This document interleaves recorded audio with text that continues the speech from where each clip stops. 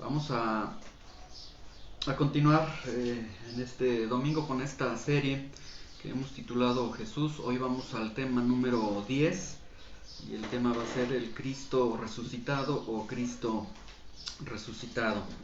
Estábamos cantando ahorita este último canto que dice solo me imagino, y la letra de este canto pues es muy cierta, de que algún día vamos a ver al Señor, y de que algún día todo ser humano algún día estará delante de Dios, ya sea que el Señor esté como juez ante ellos y los esté condenando, o como Salvador y los esté salvando.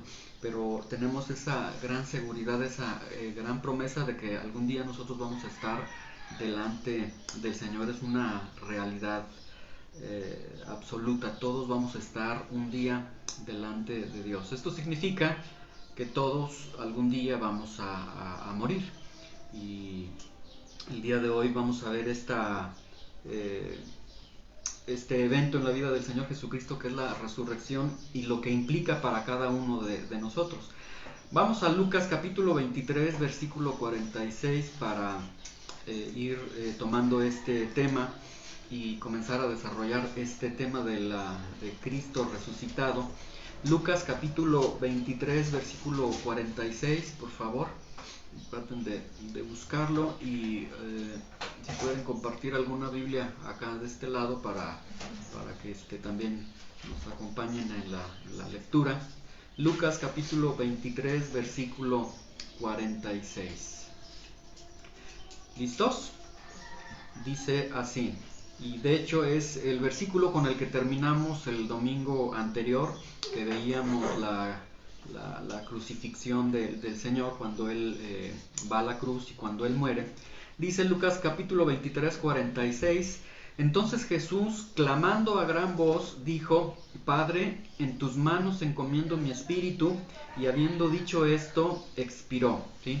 Veíamos el domingo anterior que durante 3 horas el Señor lleva nuestros pecados sobre el madero, sobre sí, los lleva al madero. Y al final Él hace esta oración, que es una narración del Salmo 35, versículo 1. Nada más que el Señor Jesucristo le añade la palabra Padre. Era una oración que hacían los niños pequeños cuando iban a dormirse.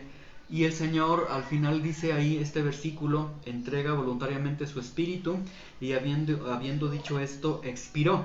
Es decir, nos dice que el Señor Jesucristo murió. Y como ya hemos visto desde la encarnación del Señor, el Señor Jesucristo tiene una naturaleza totalmente humana, una naturaleza divina. En su naturaleza humana totalmente Jesús murió. Llega a este punto de la muerte, fenece, ya no hay sentidos, ya no hay pulso en su cuerpo, ya no hay sangre corriendo a través de sus venas. Él murió con un cuerpo herido, ¿sí? Y vamos a ver entonces ahora el evento que le sigue a la muerte del Señor, que es la resurrección. Vamos a orar para que Dios nos pueda hablar en esta mañana a través de su palabra, y que podamos tomar estas promesas hermosas, estas verdades hermosas que nos encierra, que nos presenta la resurrección del Señor. Señor, te damos gracias en esta mañana por la oportunidad que nos has dado de venir delante de ti. Gracias por el privilegio, Señor, de en este día del Señor reunirnos, Señor, a través de tantos hijos tuyos alrededor de todo el mundo, Señor, que hoy se están reuniendo para bendecirte, exaltarte, para recibir de tu palabra. Hoy te pedimos, Señor, que nos hables, que hables a nuestros corazones, que prepares nuestros corazones, que abras nuestro entendimiento, y que las verdades que vamos a escudriñar en tu palabra el día de hoy, Señor, que queden grabadas en nuestros corazones. No queremos, Señor, solamente tener convicción, sino tener conversión, Señor.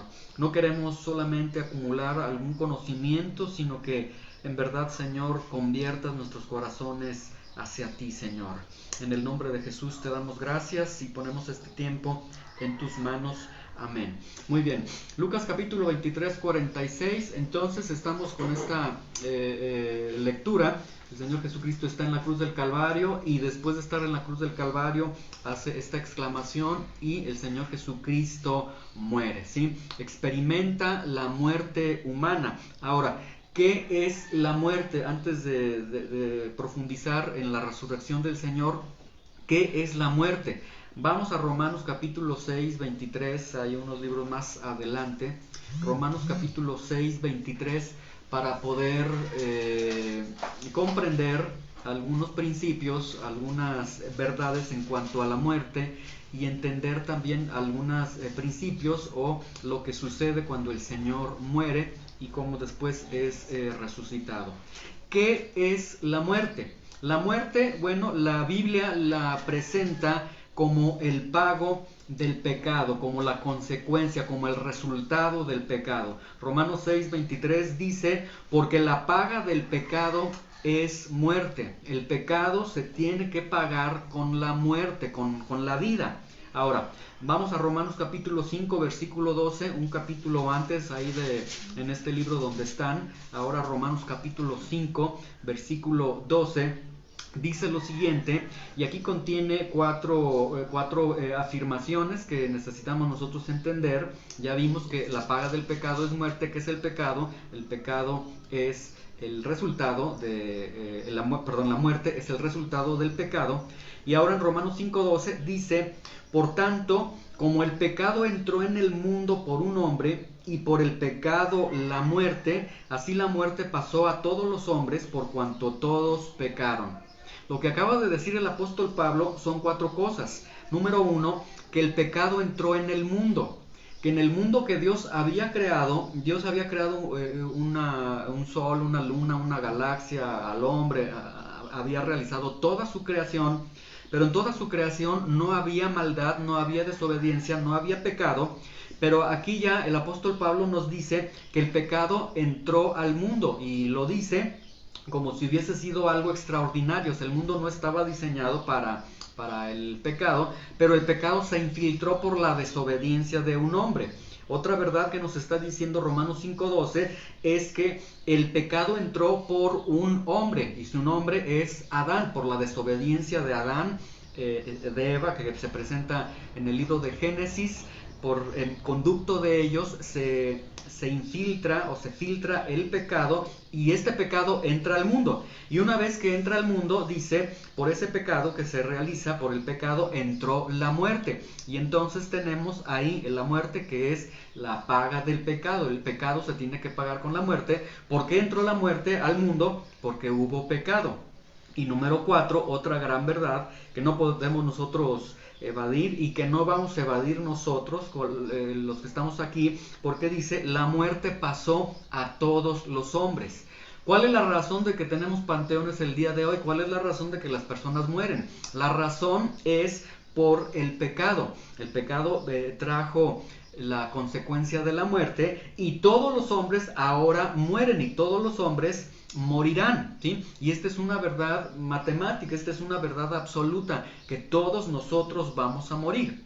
Si alguien no fuese pecador, si alguien fuera alguien en verdad totalmente limpio delante de Dios, esa persona no moriría. Pero hasta el día de hoy, de 100 personas que viven, 100 personas mueren. Es una verdad totalmente matemática. Ahora, este pasaje, Romanos 5:12, lo que acabo de mencionar, nos presenta entonces también 4 verdades. La verdad número 1 es que hay pecado en el mundo, ¿sí? Y nosotros debemos entender esto. En el mundo hay pecado. Y a veces nosotros osamos decir, yo no soy tan malo, yo soy bueno y demás. Bueno, la Biblia te desmiente, porque la Biblia está diciendo que hay pecado en el mundo. ¿En dónde estamos nosotros? Estamos en el mundo. Entonces estamos en medio de un mundo donde existe pecado. Segunda verdad que nos presenta este versículo, se ha heredado el pecado. ¿sí? Alguien pudiera decir, sí, pero yo no pedí nacer, yo por qué estoy aquí y demás, que serían argumentos totalmente fuera de lugar, pero el pecado a través de Adán, si a través de Adán por un hombre entró el pecado y por el pecado entró la muerte, esto nos quiere decir que Adán es presentado como una cabeza federal o como representante de la humanidad, al igual que el Señor Jesucristo lo vimos en la sesión anterior, y vamos a ver ahorita algunos puntos también del Señor. Adán trajo la muerte, el Señor Jesús trae la resurrección, pero vemos que entonces el pecado se ha heredado, ¿sí? Y dice David en el Salmo 51, en pecado me concibió mi madre, dando a entender que el hombre desde que está en el vientre ya es un pecador delante de Dios. Entonces tenemos esta situación. Ahora, la verdad número 3 es que el pecado provoca la muerte. Nada más que teológicamente debemos entender la muerte. La muerte no es que físicamente dejas de tener tus signos vitales y ya quedas tendido en la cama, se te mete a un ataúd, etcétera. No, la muerte, de acuerdo a lo que la Biblia enseña, la muerte es una muerte física de este cuerpo que un día ya no va a responder, que se va a descomponer, etcétera, pero también es una muerte espiritual y es una muerte eterna, ¿sí? Esta es el alcance que tiene la muerte. La muerte espiritual es aquella muerte en la que se encuentra todo hombre que no puede conocer a Dios, que no puede amar a Dios, que no puede ir tras Dios porque está muerto espiritualmente. Y alguien pudiera decir, sí, pero el hombre es altamente religioso, el hombre busca religiones. Bueno, las religiones, las diferentes creencias son una evidencia precisamente de que el hombre está muerto espiritualmente, porque él prefiere crearse los miles de dioses que él se puede crear, que él quiere crearse, pero no ir al Dios de la Biblia, al Dios que la Biblia está presentando y al Dios que la misma creación le da testimonio que debe existir un creador, que debe existir un diseñador en todo el mundo. Entonces esta muerte espiritual es esa incapacidad de poder ir a Dios, y la muerte eterna será cuando ya se cumpla la muerte tanto espiritual como la muerte física, y después en cuerpo, alma y espíritu serán enviados a un lugar de tormento que es conocido como el infierno o como la condenación eterna. Y la verdad número 4 que nos presenta el apóstol con esto que acabamos de leer es que todos los hombres morirán en algún momento, ¿sí? Y esto significa que todos nosotros vamos a morir en algún momento. Y si nosotros vamos a morir en algún momento, que es una certeza matemática, ¿por qué se muere? Se muere por consecuencia del pecado. Entonces, si nosotros morimos, si nosotros vamos a morir, ¿qué significa? Que somos pecadores. Y entonces, por eso yo les decía, es irónico que las personas se presenten como personas que no son pecadoras, como personas que dicen, bueno, yo no necesito de Dios porque yo no he pecado, yo no he robado, yo no soy un secuestrador, yo no soy un violador, etcétera. Pero el simple hecho, si vas a morir algún día, si tu salud se va deteriorando cada día, porque si se dan cuenta que cada día nos hacemos más viejos y que cada día nuestro cuerpo está, ya las capacidades que tenemos cada vez van reduciendo. Entonces, un día vamos a morir, y el día que muramos es la mejor evidencia que vamos a tener nosotros en nuestra experiencia y en las experiencias que hemos visto con otros en algún funeral y demás, que todos mueren, y todos mueren porque todos hemos pecado, ¿sí? Ahora, mencionamos que Jesús murió, ¿sí? Y mencionamos que la paga del pecado es muerte. Entonces, ¿qué sucede con Jesús? Jesús murió por la paga del pecado. Vamos a ver qué es lo que sucede con el Señor Jesucristo. Abran la Biblia, por favor, Mateo capítulo 27, versículo 46. Evangelio de Mateo, capítulo 27, versículo 46, que de hecho es el versículo con el que iniciamos esta enseñanza. Mateo capítulo 27, versículo 46. Cuando iniciamos esta enseñanza, yo les dije, leímos esto: el Señor entrega su espíritu voluntariamente a su Padre, y dice, y expiró el Señor y murió. Vamos a ver Mateo 27, 46. Dice: cerca de la hora novena, Jesús clamó a gran voz diciendo, Elí, Elí, lama sabactani, que significa, Dios mío, ¿por qué me has desamparado? Y aquí lo que nosotros tenemos en el Señor Jesucristo es que Él hace una sustitución por el pecador, ¿sí? Él toma los pecados, carga los pecados del pecador a su cuenta, en sí, y también veíamos en la enseñanza del domingo pasado, Él encarna la maldición de Dios, toma esta maldición de Dios, Él mismo se encarna como la maldición de Dios, toma los pecados por sustitución. El Señor toma entonces, no tan solamente de manera simbólica los pecados, nuestros pecados, sino también de manera real nuestros pecados. Ahora, quiero que vean ahí en el versículo que hay un clamor que se había profetizado desde 1000 años antes, y dice que estando en la cruz, Jesús clamó a gran voz y dijo, Dios mío, ¿por qué me has desamparado? Y aquí tenemos una expresión totalmente desgarradora y una expresión totalmente aterradora, pero es una expresión o es una experiencia que todo pecador sufre o que todo pecador estará sufriendo en el lugar de tormento. Dios es Dios santo y Él no tolera el pecado. Dios es un Dios justo y Él tiene que castigar el pecado. Dios, uno de sus atributos es que es ira y castiga el pecado. Y entonces Jesús, cuando está tomando los pecados, cuando se está haciendo pecado por nuestra causa y está encarnando la maldición de Dios. Ahora, ¿cuál es la maldición de Dios? Para recordarles, si pueden ir rápidamente al Pentateuco, Números capítulo 6, versículo 24 al 26, para poder entender esta expresión. Números capítulo 6, versículo 24 al versículo 26. Ahí tenemos la que es conocida como la oración, la bendición sacerdotal, ¿sí? En esta bendición sacerdotal, nosotros explicábamos el domingo pasado que los judíos tenían esta bendición sacerdotal como una máxima, como lo más hermoso, lo más grande para ellos. Números capítulo 6, versículo 24, y dice la oración sacerdotal de la siguiente forma. Números capítulo 6, versículo 24, ¿sí? En el Pentateuco, los primeros 5 libros de la Biblia, ahí lo vamos a encontrar. Números capítulo 6, versículo 24, ¿sí?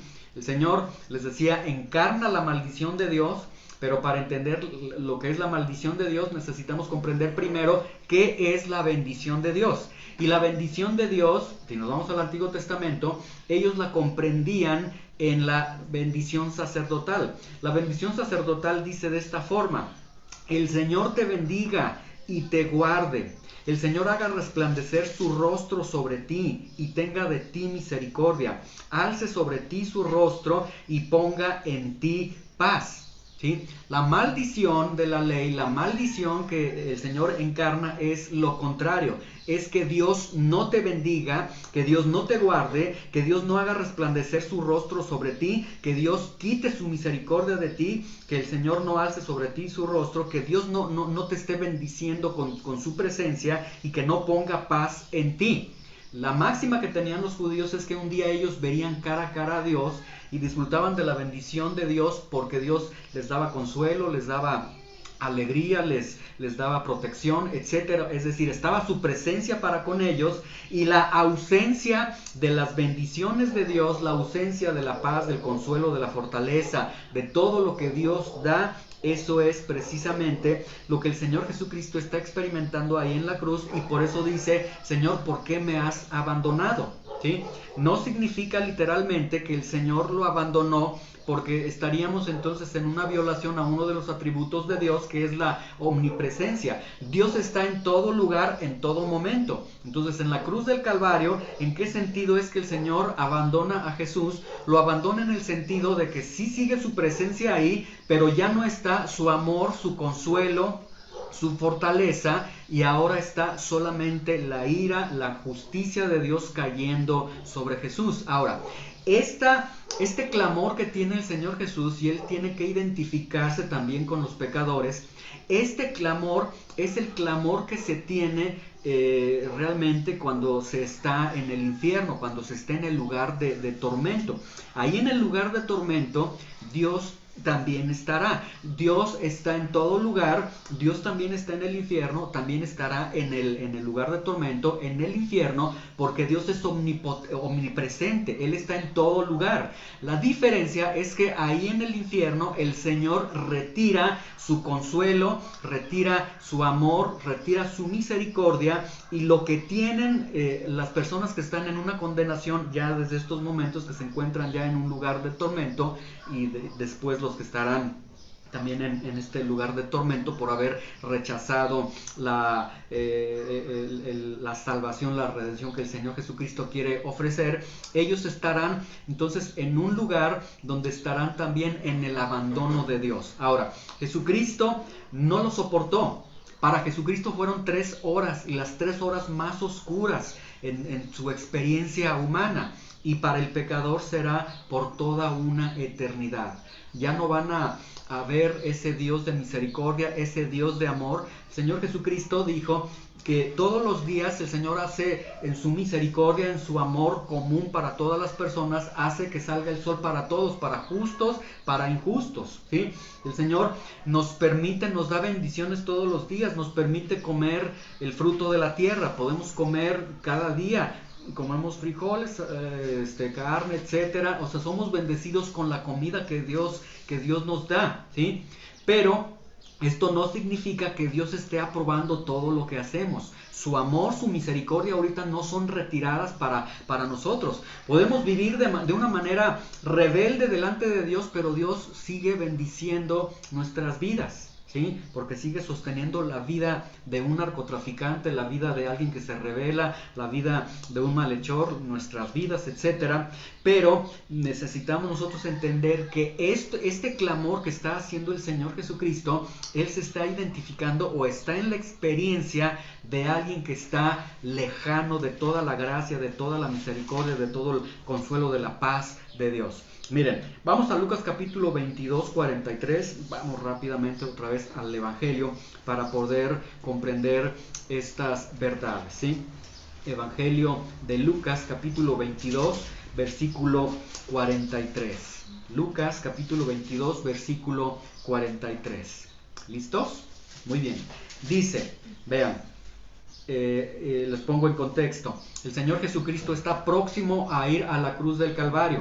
Está en la oración que se conoce como la oración en el huerto de Getsemaní. Una oración donde el Señor le pide a su Padre y le dice: Señor, si es posible pasar esta copa, si es posible que yo no experimente lo que estoy a punto de experimentar, te quisiera pedir que fuera posible, pero si no es posible, entonces voy a hacer tu voluntad. Y vean, el Señor está orando y dice: y se le apareció un ángel del cielo para fortalecerle, ¿sí? Antes de ir a la cruz, Jesús estaba en una agonía profunda. Vean el versículo 44, dice: y estando en agonía. Ahora, la palabra agonía en el original griego nos está implicando que básicamente Jesús estaba muriendo, ¿sí? Tenía un temor atroz, tenía un miedo sobrenatural. Dice: oraba más intensamente y era su sudor como grandes gotas de sangre que caían hasta la tierra, ¿sí? Y esto está comprobado clínicamente. Cuando se tiene un terror profundo, algo, el peor temor que tú puedas tener, los vasos capilares de la cabeza se rompen y empieza a sudar uno como gotas de sangre porque se entinta el sudor, etcétera, varias cosas. Y esto es lo que está sucediendo con el Señor, ¿sí? Jesús le tuvo miedo no a la cruz del Calvario, no al martirio de la cruz del Calvario. Él le tuvo un terror al hecho de que se encontraría en el desamparo de Dios y que por primera vez Dios le estaría retirando su gracia, su consuelo, su misericordia. Ese es el temor que tenía el Señor. Pero quiero que vean que antes de la cruz sí viene un ángel y lo está fortaleciendo. Pero cuando Él ya está en la cruz, ya no hay ningún ángel y ahora Él recibe todo este abandono de Dios, y Él por eso hace esta exclamación de Dios mío, ¿por qué me has abandonado? ¿Sí? Ahora toda la ira, toda la justicia de Dios es vertida sobre el Señor, y este clamor que tiene el Señor nos muestra que es un clamor totalmente desgarrador, ¿sí? Es un clamor de decir, Señor, no me dejes, Señor, necesito de ti, y Dios sí está ahí presente, pero está presente en su santidad, en su ira y en su justicia. Estos clamores son los clamores realmente que tenemos el día de hoy en los infiernos. En el lugar de tormento, las personas que se encuentran ya en una eternidad sin Dios no están clamando y no están diciendo, ay, quisiera salir de aquí un momento.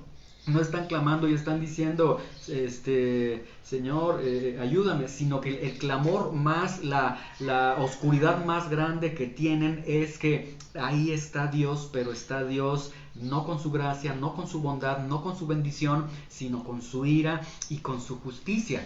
Y el hombre constantemente está en una oscuridad terrible. Y ahí es a donde se dirigen las personas. Recuerden que leíamos Romanos 5:12 y les decía que de aquí se derivan 4 verdades. Número 1, el pecado entró en el mundo. Verdad número 1, el pecado entró en el mundo. Verdad número 2, entró por una persona, por Adán. Número 3, por el pecado entró la muerte. Y número 4, la muerte pasó a todos los hombres. Entonces tenemos esta gran realidad. La muerte es la experiencia más segura que vamos a tener todos en esta tierra, en esta vida, ¿sí?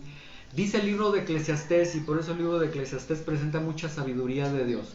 El libro de Eclesiastés dice que es mejor asistir a un funeral que asistir a una fiesta donde hay comida, alegría, bebida y todos están festejando y demás. Dice, porque en una fiesta todos toman la vida a la ligera, todo es risa, pero en un funeral, de alguna forma tú, al estar viendo el cuerpo tendido de esa persona familiar que tú estás viendo, haces la reflexión de decir, un día sin duda alguna yo voy a estar ahí. ¿Y qué va a suceder cuando yo esté ahí? Por fuera, las personas dicen qué bonito fue un gran padre, fue una gran madre, etcétera, pero ellos están viviendo una realidad, ¿sí? Y la muerte no santifica a nadie. También esta es otra gran verdad que nosotros debemos entender. Muere una persona, y porque la persona muere, ahora resulta que todos damos por concluido que ya se fue con Dios. La muerte no santifica a nadie, ¿sí? La muerte, ya vimos, de acuerdo al apóstol Pablo, viene a consecuencia del pecado. Si la persona murió, sí, por una enfermedad, etcétera, pero todo ello derivó del pecado. Entonces, es la consecuencia de nuestros pecados. La paga del pecado es la muerte. Ahora, la muerte representa para todo ser humano, para todos, la muerte representa lo final, lo último, lo que ya no tiene solución, la imposibilidad, ¿sí? Cuando los médicos están tratando a una persona, tratar de resucitarlo, etcétera, todos están trabajando desesperadamente, pero cuando se declara que su corazón ya no está trabajando, cuando ya muere, ya en ese momento la ciencia dice ya no podemos hacer nada, se acabó. La muerte entonces es la imposibilidad. Es el final, es el hasta aquí, es el ya no tienes más oportunidades para nada. Vamos rápidamente al libro de Hebreos. Es necesario que leamos este par de versículos que vamos a leer ahorita para que podamos nosotros entenderlo. Hebreos capítulo 9, versículo 27. Hebreos capítulo 9, versículo 27. Es un libro que se encuentra casi llegando al libro de Apocalipsis, de los últimos libros que tenemos en el Nuevo Testamento. Hebreos capítulo 9, versículo 27. ¿Sí? La muerte entonces es el final, porque así la Biblia lo está estableciendo. ¿Sí? ¿Ya lo tenemos? Dice, y de la manera que está establecido para los hombres que mueran una sola vez, y después de esto el juicio. La Biblia nos está diciendo, leamos otra vez con atención, está establecido para los hombres que mueran una sola vez. El hombre muere y una vez que muere, ¿qué sucede después de la muerte? Dice, después de la muerte es el juicio. Se van a presentar delante de Dios, van a ser juzgados por Dios, ¿sí? Y si ellos están en sus pecados, la paga del pecado es muerte, ¿sí? Entonces, debemos entender este punto. Desde la antigua cultura egipcia y estas culturas romana, etcétera, todas estas culturas tenían las creencias de que cuando las personas morían, ellos colocaban monedas en la boca de ellos, se los encomendaban a sus dioses y demás, y ellos tenían la idea de que ellos estaban transitando en un mundo espiritual, pero en este mundo todavía. Y entonces ellos decían que su alma estaba vagando y tenían oraciones que las enviaban a sus deidades y demás para que tuvieran un buen, llegar a un buen puerto en su muerte y demás. Esto es lo que el hombre ha querido construir, ¿sí? Pero la Biblia es muy clara y nos está diciendo que cuando el hombre muere, después de que el hombre muere, ya no hay nada.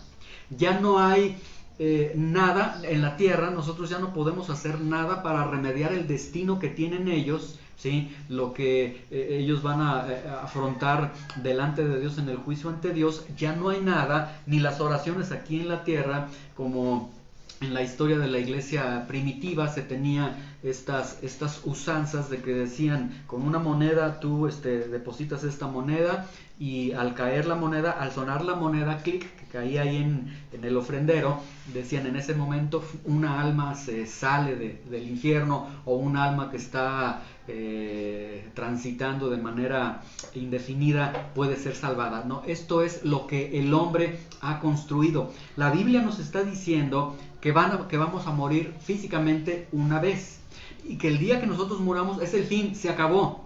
Y después de eso viene el juicio. Ahora, la persona que muere puede hacer algo para decir, ay, ya morí, quiero regresar. Ya no puede hacer nada porque ya es el final. Ahora, vamos a Santiago, que es un libro antes de Hebreos. Ahora, Santiago capítulo 4, versículo 14, por favor. Santiago 4:14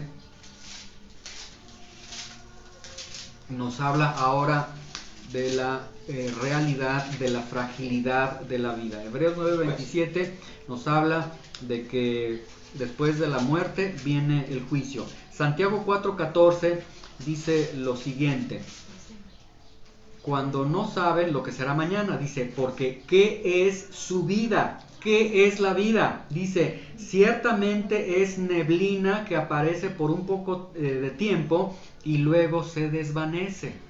La vida, la Biblia la está definiendo como una neblina. En la mañana hay neblina y esa neblina dura muy poco, después desvanece. Así es nuestra vida, ¿sí?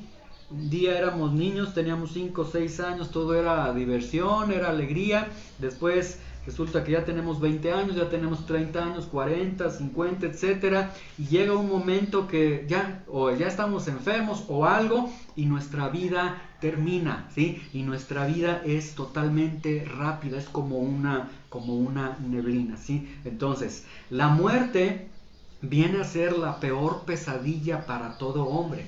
Porque ciertamente cerrar los ojos en este cuerpo, pero en el momento mismo de la muerte es abrir los ojos a la realidad espiritual de lo que Dios está diciendo y es enfrentarse entonces ante Dios en su bendición o en su ausencia de las bendiciones de Dios a través del juicio de Dios. Entonces la muerte es el final, es lo más aterrador que le puede suceder al hombre. No la forma de cómo morimos, sino lo que viene después de morir. Ahora, vamos a 1 Corintios capítulo 15, versículo 21.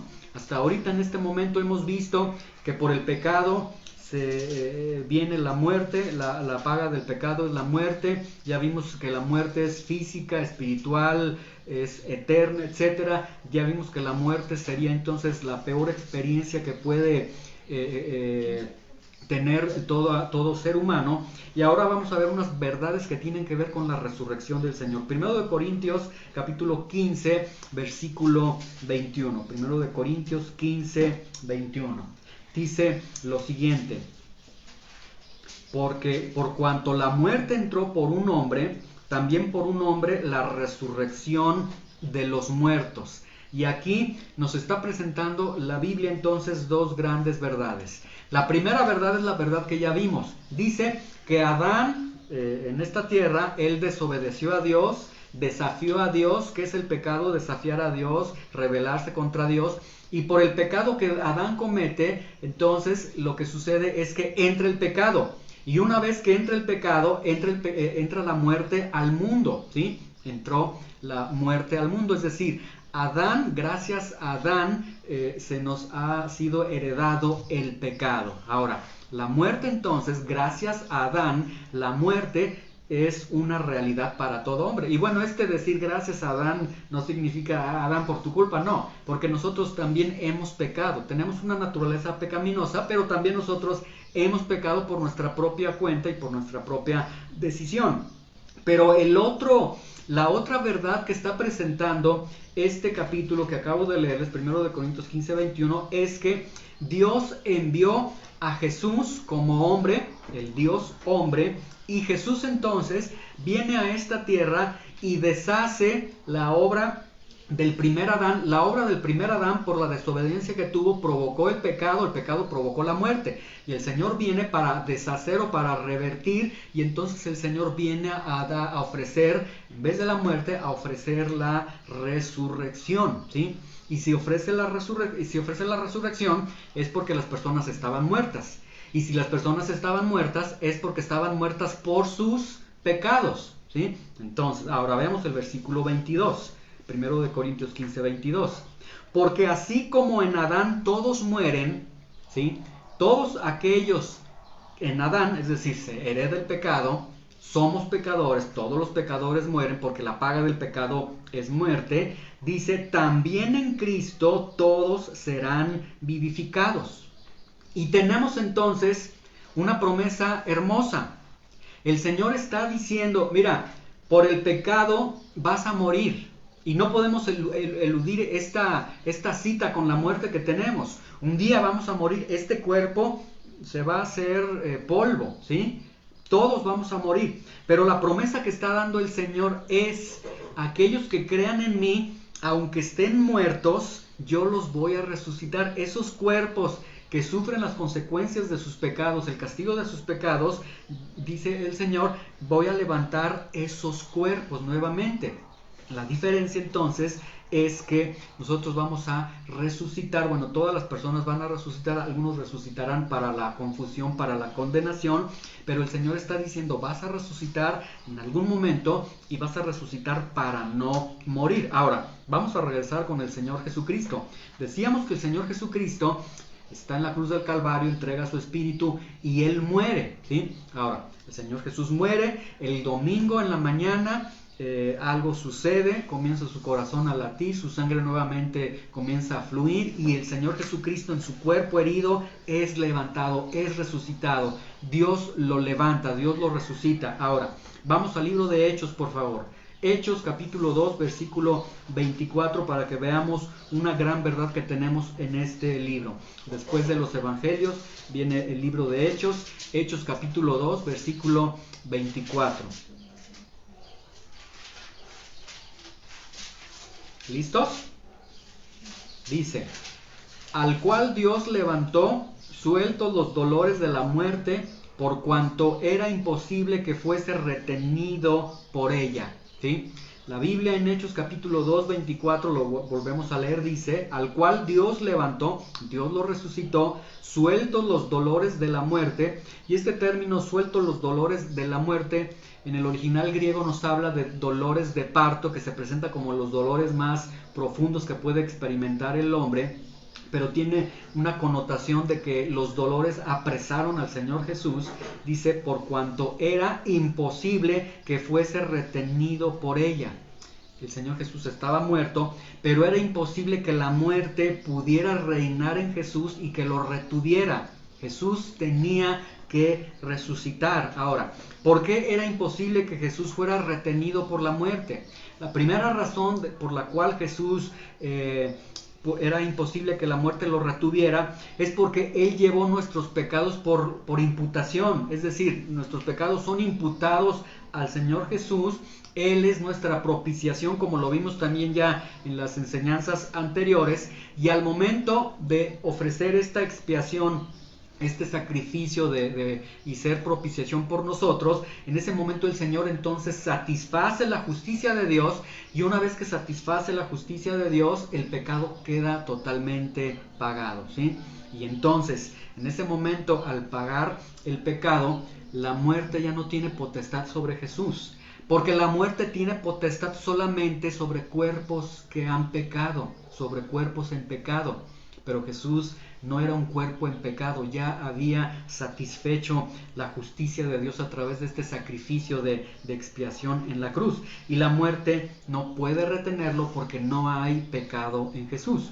Y otra de las razones por la que la muerte no puede retener al Señor es porque la resurrección del Señor era demandada por el mismo carácter de Dios. Dios había prometido que vendría un Mesías, que ese Mesías moriría y que Dios lo levantaría, y el hecho de que Dios levanta a su Hijo, que resucita a su Hijo, era la prueba de la satisfacción que Dios tenía en el sacrificio que su Hijo había presentado. Es decir, cuando Jesús resucita, es como si el Padre dijera: estoy complacido con esta obra de redención que ha hecho el Hijo, y la obra redentora de Cristo se confirma para todo ser humano. Entonces, el hecho de que Jesucristo haya resucitado significa que Dios se ha agradado. Ahora, vamos a 1 de Corintios capítulo 15, versículo 14, unos libros adelante, Hechos, Romanos, y después tenemos Corintios. 1 de Corintios capítulo 15,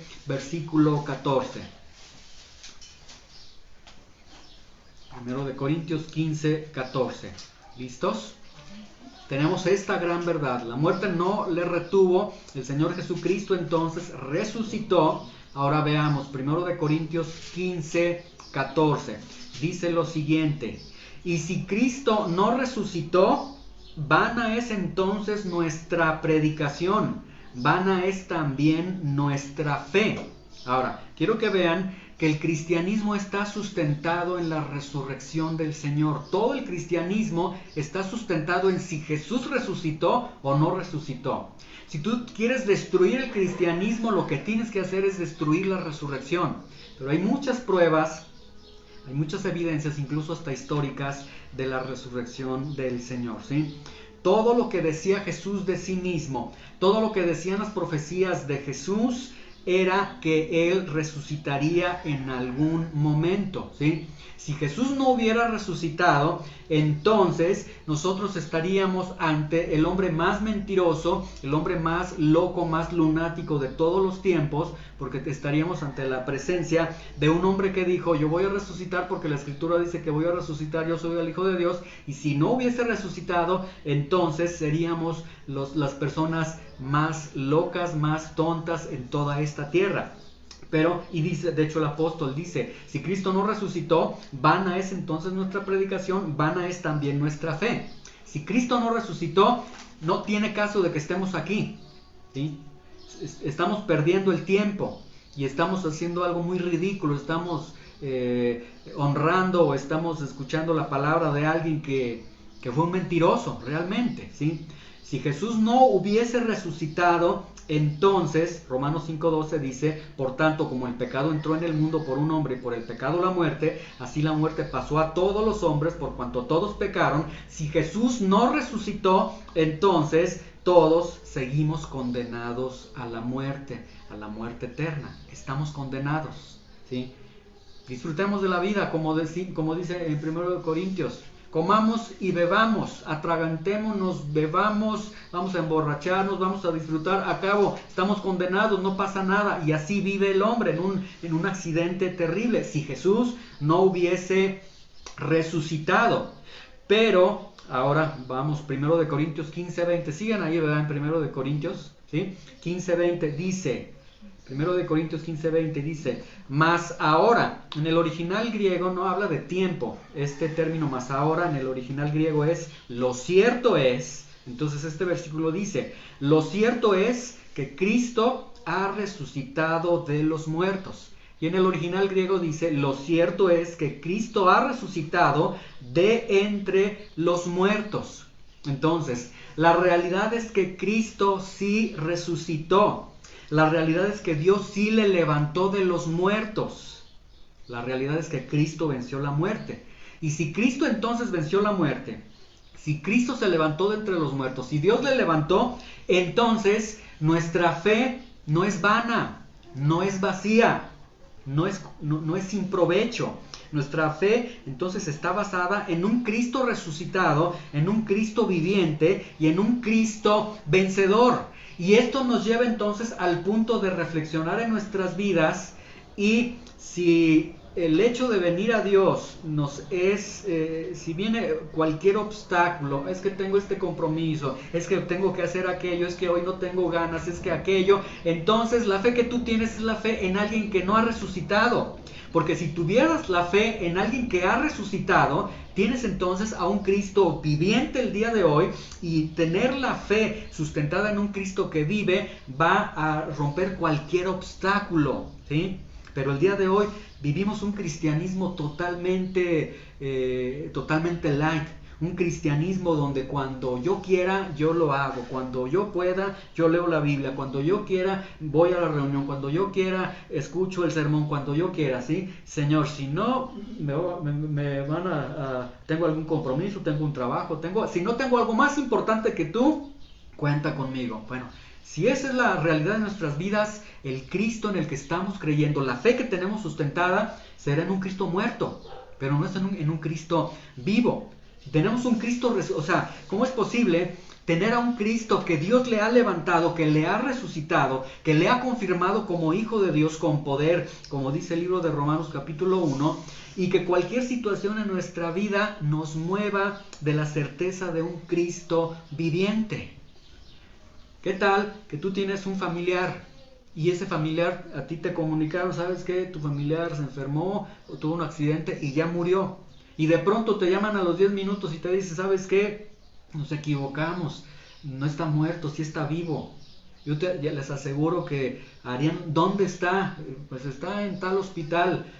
No tengo dinero para irme. Nos iríamos hasta corriendo para ver a esa persona que está viva, porque la esperanza de que está vivo alguien nos anima, nos motiva, ¿sí? Entonces, ¿cómo es posible que nuestro Redentor, nuestro Cristo que ha resucitado, no conmueva nuestros corazones y nos lleve al punto de una fe totalmente fuerte, de una fe que venza en medio de las luchas, de las tentaciones, ¿sí? Ahora, 1 Corintios 15, 21, seguimos ahí, ¿verdad? Dice, por cuanto la muerte entró por un hombre, también por un hombre la resurrección de los muertos, porque así como en Adán todos mueren, también en Cristo todos serán vivificados, ¿sí? Bueno, ya dijimos, la prueba de que Cristo resucitó es la prueba de que Dios se complace, de que Dios dice, estoy satisfecho con este sacrificio. Entonces implica que nuestros pecados han sido perdonados, que Dios dice, es bien hecho, hijo, ese sacrificio ha dado la redención a aquellos que voy a salvar, ¿sí? Pero también, además de la redención de nuestros pecados, del perdón de nuestros pecados, viene otra promesa. Porque así como en Adán, versículo 22, todos mueren, también en Cristo todos serán vivificados. O sea, además de que el Señor perdona tus pecados, Él te promete que tu cuerpo, que el cuerpo que tienes el día de hoy, así como estemos chaparritos o gorditos o cachetones, como estemos, ese cuerpo que Dios nos ha dado, Dios promete que ese cuerpo Dios lo va a levantar y lo va a resucitar.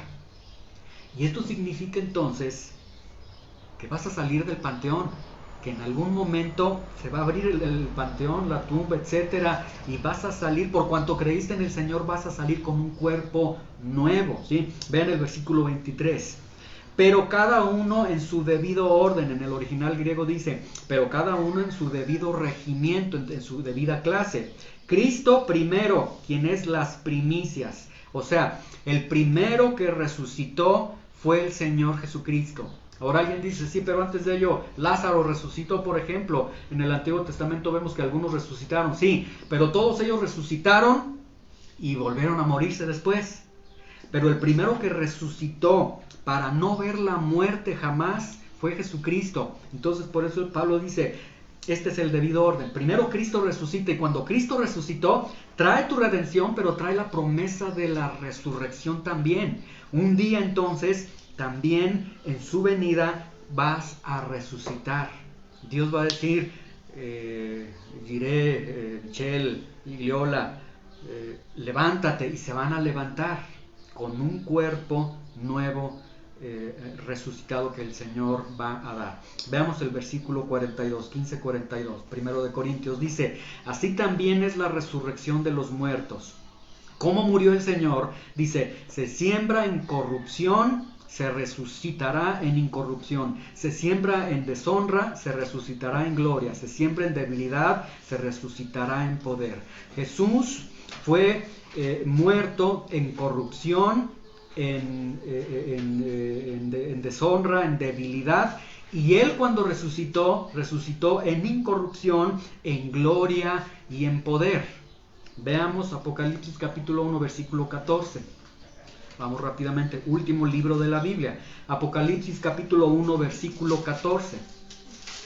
El día de hoy, muchos tienen alguna imagen del Señor Jesús crucificado, tienen algunas imágenes del Señor flagelado, etcétera. Pero el Jesucristo que la Biblia presenta, Apocalipsis capítulo 1, 14, el Jesucristo resucitado en incorrupción, en gloria y en poder, lo describe Juan en Apocalipsis capítulo 1, versículo 14.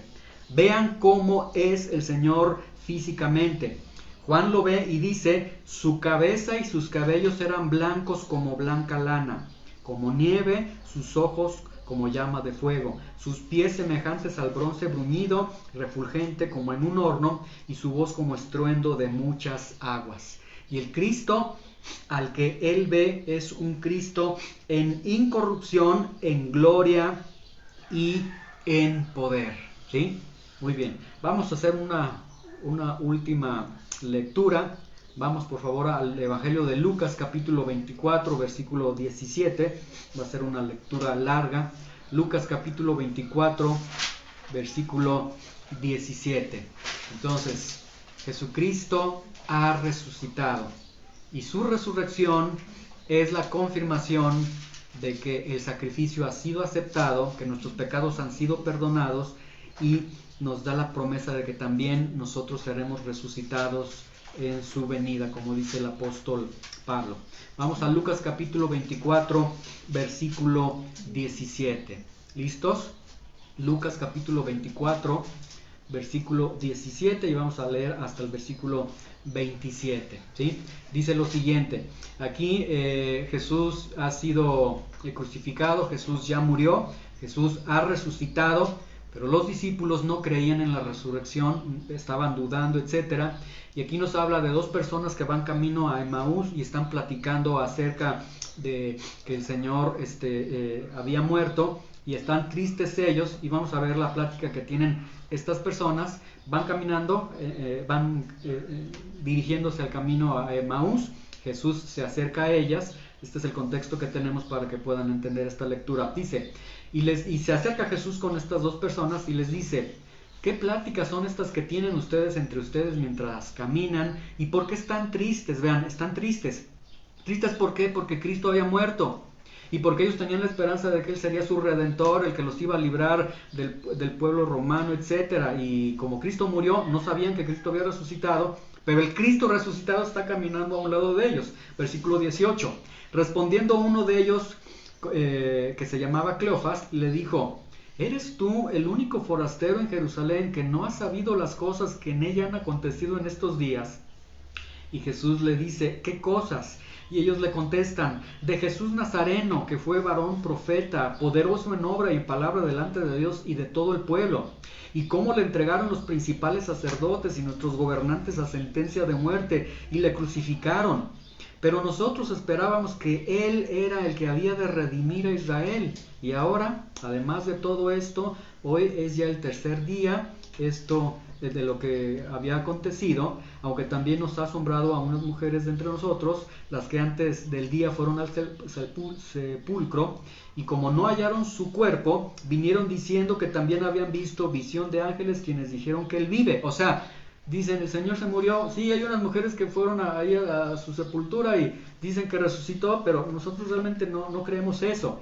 Versículo 24, y fueron algunos de los nuestros al sepulcro, y hallaron así como las mujeres habían dicho, pero a él no le vieron. O sea, están viendo exactamente lo que las mujeres le dijeron, y entonces Jesús, vean, les contesta y les dice, insensatos y tardos de corazón para creer todo lo que los profetas han dicho. O sea, he resucitado. ¿Cómo son tan necios, tan insensatos, tan tardos de corazón, que yo mismo estoy con ustedes y ni así creen que he resucitado? Versículo 26, no era necesario que el Cristo padeciera estas cosas y que entrara en su gloria, y comenzando desde Moisés y siguiendo por todos los profetas, les declaraba en todas las escrituras lo que de él decían. Y todo lo que decían las escrituras es que Cristo resucitaría algún día.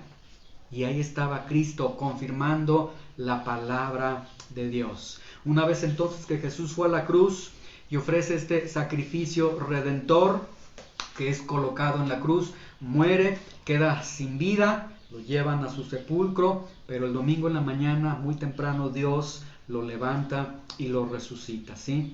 Con la resurrección entonces, Dios está diciendo, este sacrificio de expiación que has hecho, Jesús, estoy agradado con él, y lo levanta, y Jesús vive para no morir nunca más. Y por la eternidad tendrá las marcas de los clavos en sus manos y en su costado, ¿sí? Ahora, Jesucristo se constituye en su resurrección como las primicias de los que van a resucitar, ¿sí? Hay una gran verdad. Nosotros vamos a morir. El día que nosotros muramos habrá dolor, habrá lágrimas, ¿sí? Pero más dolor y más lágrimas por no ver a nuestro ser querido, vamos a presenciar ahí la realidad del pecado. Y es impresionante la realidad del pecado. Cuando tú ves a un ser querido muerto, a un amigo, la realidad de decir está muerto por el pecado, esto es lo que hace el pecado, es algo que llega al corazón y que nos pone a temblar. Un día nosotros vamos a presenciar la realidad del pecado en nuestros propios cuerpos. Este cuerpo va a morir. La paga del pecado es muerte. Pero aquellos que tienen al Señor Jesucristo en sus vidas tienen la promesa de que ese cuerpo que se ha metido ahí en el panteón, en la gaveta, etcétera, ese cuerpo un día Jesús dice, lo voy a resucitar y lo voy a levantar, y ese cuerpo un día se va a levantar. Dice el apóstol Pablo, hay similitud en este cuerpo que tenemos con el cuerpo resucitado. Hay cierta similitud porque vemos que cuando el Señor resucitó, las personas lo pudieron reconocer, ¿sí? Esto es un misterio, no, el apóstol Pablo no lo menciona de una manera clara, pero hay similitud, es decir, vas a tener los mismos rasgos que tienes en este cuerpo, pero en un cuerpo ya glorificado. La fe está basada en el Cristo que ha resucitado, el Cristo que ofrece redención, ¿sí? Como les dije, la realidad es que en el mundo hay pecado, ¿sí? Y que todo pecador va a morir, y está incluyendo a todos. Ahora, recuerden, Jesús cuando estuvo en la cruz fueron 3 horas para él. Jesús no lo soportó. Dios mío, ¿por qué me has abandonado? ¿Sí? Aquel que muere en sus pecados va a experimentar un Dios mío, ¿por qué me has abandonado? Va a experimentar un abandono profundo de Dios, oscuridad, dolor, terror, pero por toda la eternidad.